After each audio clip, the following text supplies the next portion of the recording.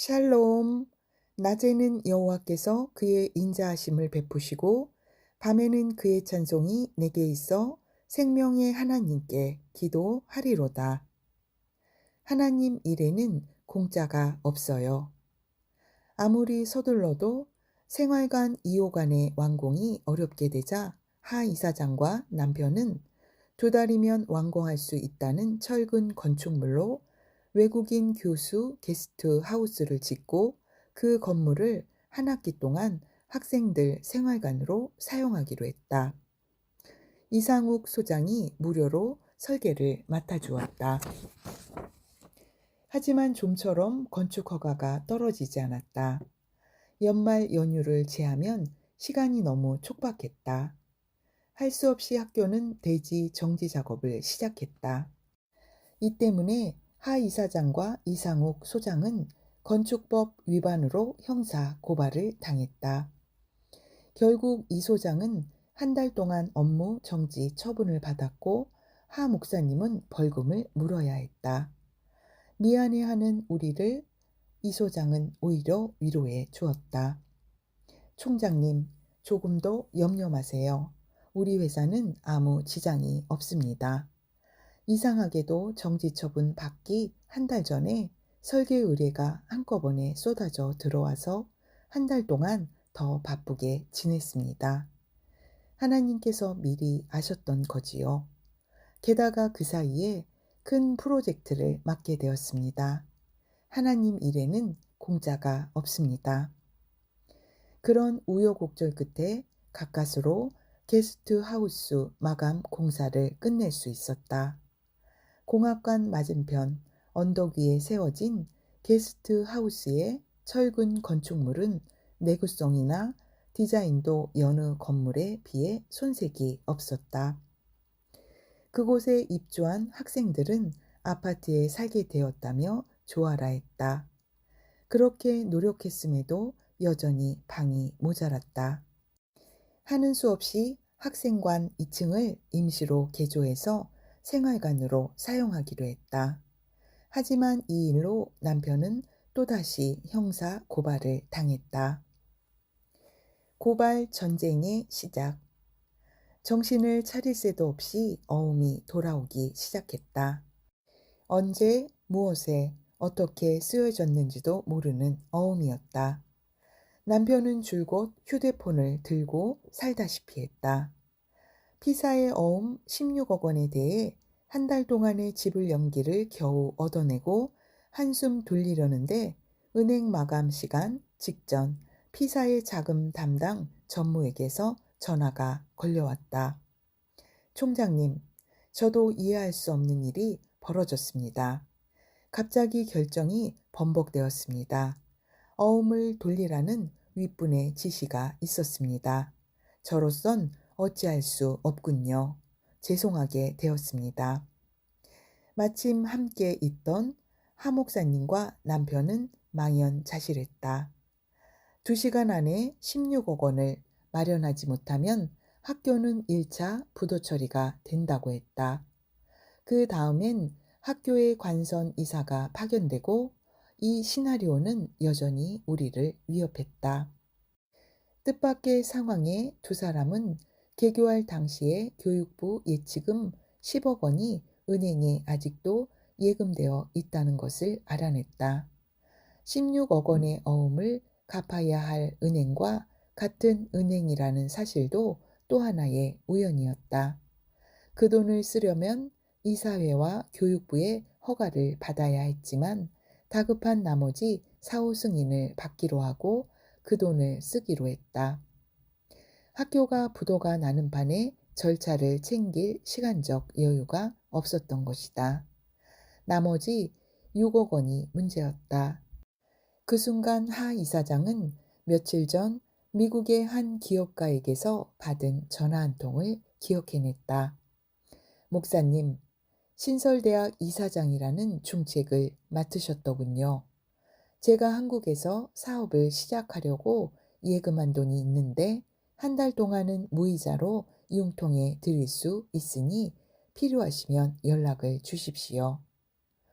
또 다른 우연이었다. 그렇게 해서 이튿날 어음 16억 원을 모두 막을 수 있었다. 하지만 시내에는 한동대가 부도난다는 소문이 파다하게 퍼졌다. 게다가 하 이사장과 남편은 이사회의 결의를 거치지 않고 예치금을 썼다는 이유로 또다시 형사 고발을 당했다. 한간에서는 돈도 없는 총장이 국제적인 대학을 만들려 한다고 비웃는 소리도 들려왔다. 산발랏이 우리가 성을 건축한다 함을 듣고 크게 분노하여 유다 사람을 비웃으며 자기 형제들과 사마리아 군대 앞에서 말하여 가로되 이 미약한 유다 사람들이 하는 일이 무엇인가? 스스로 경곡해 하려는가? 제사를 드리려는가? 하루에 필력하려는가? 소화된 돌을 흙무더기에서 다시 일으키려는가 하고 암몬 사람 도비아는 곁에 섰다가 가로되 저들이 건축하는 성벽은 여호가 올라가도 곧 무너지리라 하더라. 공격당하는 온누리교회. 설림병원 김 원장님을 공격하던 화살이 온누리교회와 하 목사님을 향해 날아오기 시작했다. 온누리교회를 사랑하는 성도 모임이라는 발신인 미상의 괴편지들이 교인들의 집집마다 배달되었다.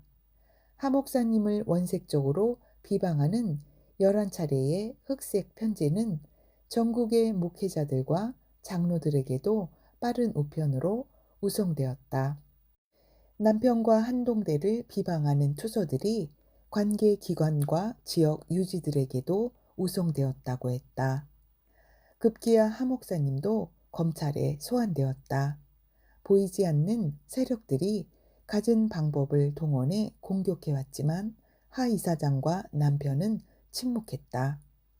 초대교회가 핍박을 받자 영적 부흥이 일어났듯이 이 일로 인해 온누리 교회에는 새벽 기도의 불길이 더욱 뜨겁게 일어나기 시작했다. 하나님 여호와께 부르짖어 가로되 여호와여 강한 자와 약한 자 사이에는 주밖에 도와줄 리가 없사오니 우리 하나님 여호와여 우리를 도우소서. 우리가 주를 의지하오며 주의 이름을 의탁하옵고 이 많은 무리를 치러 왔나이다. 여호와여 주는 우리 하나님이시오니 원컨대 사람으로 주를 이기지 못하게 하옵소서. 하 목사님은 어음을 정신없이 막아 나갔다. 놀랍게도 학교의 긴급한 상황을 피할 수 있도록 돈을 융통해주는 분들이 때맞추어 나타났다. 하지만 우리는 하 목사님을 옆에서 바라보기가 점점 민망해졌다. 어느 날 목사님이 다녀가신 후 우리 집 책상 위의 메모지에는 자연인 하용조, 목사 하용조라는 낙서가 남아 있었다. 한동대 이사장으로서의 막중한 재정적 책임이 얼마나 무거웠으면 병약한 목사님을 이 환란의 소용돌이 속으로 끌어들인 장본인인 우리는 죄인의 심정으로 전처럼 마음 편히 교회에 갈 수도 없었다. 그러던 어느 주일 당회가 열렸다. 하 목사님은 무겁게 입을 열었다. 한동대는 하나님께서 세우신 대학임을 저는 분명히 확신하며 한동대를 돕는 일은 하나님께서 기뻐하시는 일이라고 믿습니다. 재정적 위기에 처한 한동대는 지금 가장 도움을 필요로 하고 있습니다. 도움이란 가장 절실할 때 도와주어야 보람있지 않겠습니까? 수차례 회의를 거듭한 끝에 온누리 교회가 그 당시에 상당한 한동대의 부채를 떠맡기로 했다는 소식을 듣고 나는 안도의 한숨을 내쉬었다. 그러나 내 마음은 한없이 위축되었다. 그런 나에게 남편이 말했다. 한동대와 함께 하시는 하나님의 증거들을 그동안 수없이 보아오지 않았소. 두고 보시오. 존경받는 지도자가 필요한 우리나라에 이제 머지않아 한동대 졸업생들이 사회 각계각층에서 영향력을 발휘하게 될 날이 올 거요. 건물은 수십 년 지나면 다 낡아버리지만 한 사람의 탁월한 지도자는 그 나라와 그 시대를 바로 세울 것이요. 국내외 학생들을 각 분야에서 하나님의 사람으로 훈련하고 양성하는 한동대의 사명은 조국의 장래를 위한 것이요. 미국을 위시한 세계 교육의 역사를 보면 많은 교회들이 기독교 학교를 세우고 적극적으로 후원해 주었어. 그래서 기독교 학교가 세속화되지 않고 본래 기독 신앙의 정체성을 지켜 나갈 수 있었어.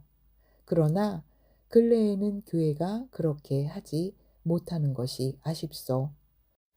대부분의 기독교 대학들이 학생 등록금을 주 재원으로 하기 위해 학생 수를 증가시키는 경우가 많기 때문에 전인 교육을 소홀히 하고 있어요.